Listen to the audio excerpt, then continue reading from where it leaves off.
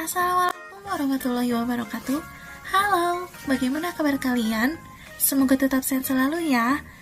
Pada kali ini kita masih diberi kesempatan oleh Tuhan Yang Maha Esa untuk mencari ilmu pengetahuan.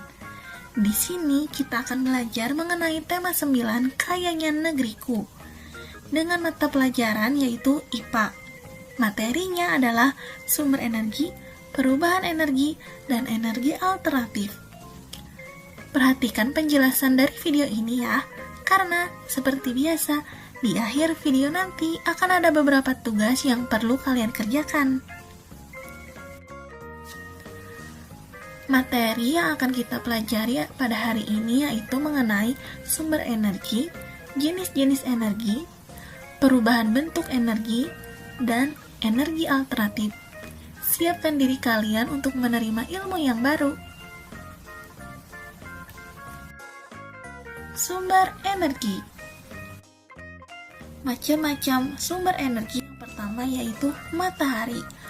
Matahari merupakan sumber energi terbesar yang ada di muka bumi. Sumber energi panas dari matahari dimanfaatkan untuk mengeringkan pakaian, mengeringkan garam, serta sumber energi cahaya yang dimanfaatkan untuk membantu proses fotosintesis pada tanaman.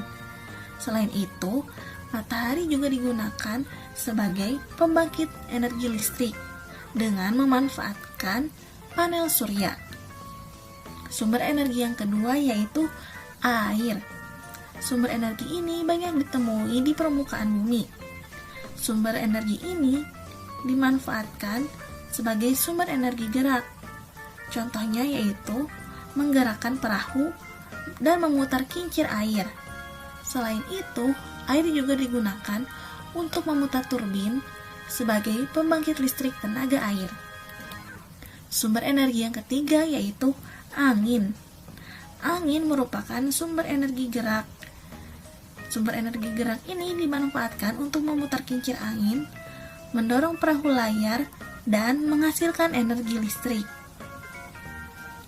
Keempat yaitu biomasa.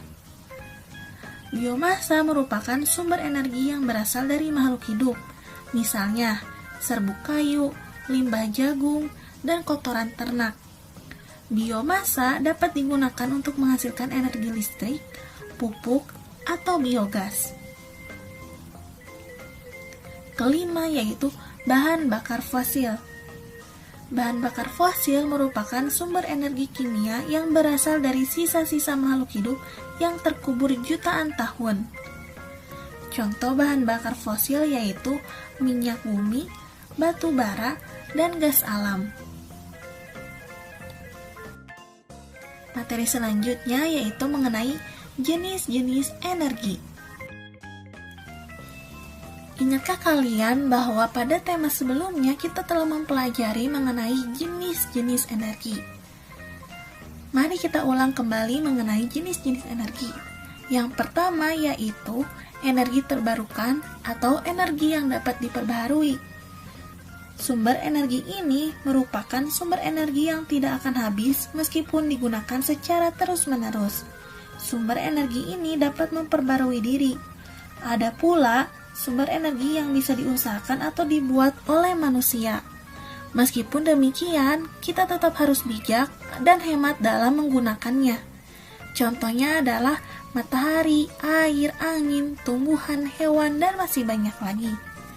Jenis energi yang kedua yaitu energi yang tidak terbarukan atau energi yang tidak dapat diperbaharui. Sumber energi ini merupakan sumber-sumber energi yang akan habis. Sumber energi tersebut juga tidak dapat diperbaharui lagi. Pada umumnya, minyak dan gas merupakan sumber energi yang tidak dapat diperbaharui. Contoh lainnya adalah batu bara, bahan bakar fosil, gas alam, hasil tambang, dan masih banyak lagi. Materi yang ketiga yaitu perubahan bentuk energi. Banyak sekali contoh perubahan energi dan pemanfaatannya yang ada di sekitar kita. Agar dapat mengidentifikasi contoh-contoh perubahan energi dan pemanfaatannya dalam kehidupan sehari-hari, kamu harus tahu terlebih dahulu mengenai bentuk-bentuk energi dan juga perubahannya. Yang pertama yaitu energi listrik yang berubah menjadi energi panas. Contoh dari perubahan energi ini yaitu penggunaan oven listrik, setrika, kompor listrik, dan masih banyak lagi. Bentuk perubahan energi yang kedua yaitu dari energi listrik berubah menjadi energi gerak. Contoh perubahan energi ini adalah penggunaan AC, kipas angin, mixer, dan juga blender. Contoh perubahan bentuk energi yang ketiga adalah energi cahaya yang dapat berubah bentuk menjadi energi listrik. Contohnya yaitu penggunaan panel surya. Keempat adalah perubahan energi gerak menjadi energi listrik.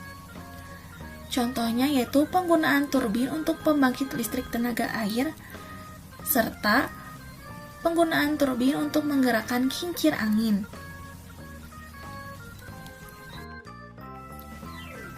Materi yang keempat yaitu energi alternatif. Kita semua tahu bahwa energi sangat dibutuhkan oleh manusia. Energi digunakan untuk melakukan berbagai aktivitas. Ada kekhawatiran bahwa suatu saat nanti kita akan kehabisan energi. Bagaimana jika energi tersebut habis? Sebelum hal itu terjadi, sudah saatnya kita memikirkan energi alternatif demi kelangsungan hidup manusia. Sumber energi alternatif merupakan sumber energi yang bukan berasal dari sumber energi tradisional, yaitu bahan bakar fosil seperti batu bara, minyak, dan gas alam.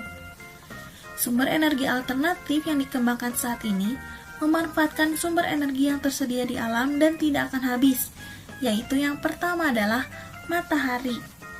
Matahari merupakan sumber energi utama di bumi. Hampir semua energi yang berada di bumi berasal dari matahari. Energi panas yang dihasilkan dapat digunakan untuk memanaskan ruangan, memanaskan air, dan keperluan lain. Pada saat ini, sel-sel surya sudah biasa dijumpai di atap-atap rumah, rumah sakit, dan juga hotel-hotel. Kedua yaitu angin. Angin adalah gerakan udara di permukaan bumi yang terjadi karena perbedaan tekanan udara. Angin telah dimanfaatkan sejak dahulu sebagai sumber energi pada perahu layar dan kincir angin tradisional. Saat ini, energi angin digunakan untuk menghasilkan energi melalui alat yang disebut aerogenerator. Yang ketiga yaitu air. Air yang deras merupakan sumber energi gerak. Energi itu biasa dimanfaatkan sebagai pembangkit tenaga listrik. Oleh karena itu, di PLTA dibuat bendungan air di tempat yang tinggi. Air yang dibendung tersebut kemudian dialirkan menurun sehingga akan mengalir, seperti air terjun yang deras. Energi gerak dari air terjun tersebut digunakan untuk memutar generator atau turbin pembangkit listrik. Keempat, yaitu panas bumi atau energi geotermal. Merupakan energi yang berasal dari panas yang disimpan di bawah permukaan bumi. Bumi yang berbentuk seperti bola sesungguhnya tersusun dari lapisan-lapisan. Pusat bumi terbentuk dari lapisan batuan yang sangat panas. Hal itu menunjukkan bahwa bumi merupakan sumber energi panas yang sangat besar. Pengembangan energi geotermal saat ini hanya layak di daerah dekat lempeng tektonik. Ini juga menjadi alasan hanya ada 24 negara di dunia yang memanfaatkan energi panas bumi saat ini. Kelima yaitu gelombang air laut. Gelombang air laut saat memecah di pantai menghasilkan banyak energi. Energi ini dapat diubah menjadi energi listrik. Keenam yaitu bahan bakar bio. Bahan bakar bio merupakan bahan bakar yang berasal dari makhluk hidup, baik hewan maupun tumbuhan. Bahan bakar bio yang berasal dari tumbuhan diantaranya tumbuhan berbiji yang mengandung minyak seperti bunga matahari, jarak, kelapa sawit, kacang tanah, dan kedelai.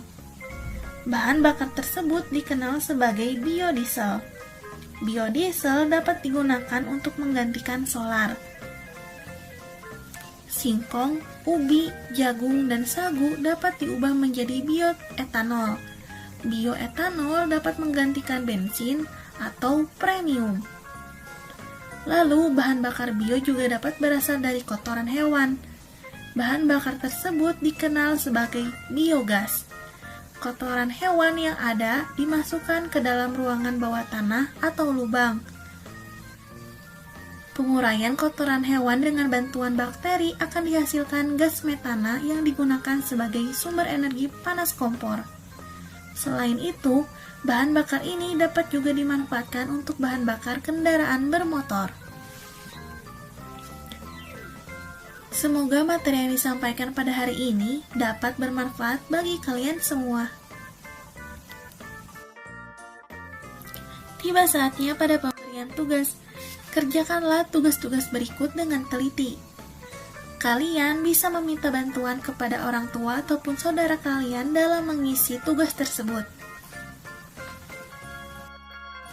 Sekian materi yang disampaikan pada hari ini. Mohon maaf bila ada kesalahan ataupun kekeliruan dalam menyampaikan materi. Terima kasih. Wassalamualaikum warahmatullahi wabarakatuh.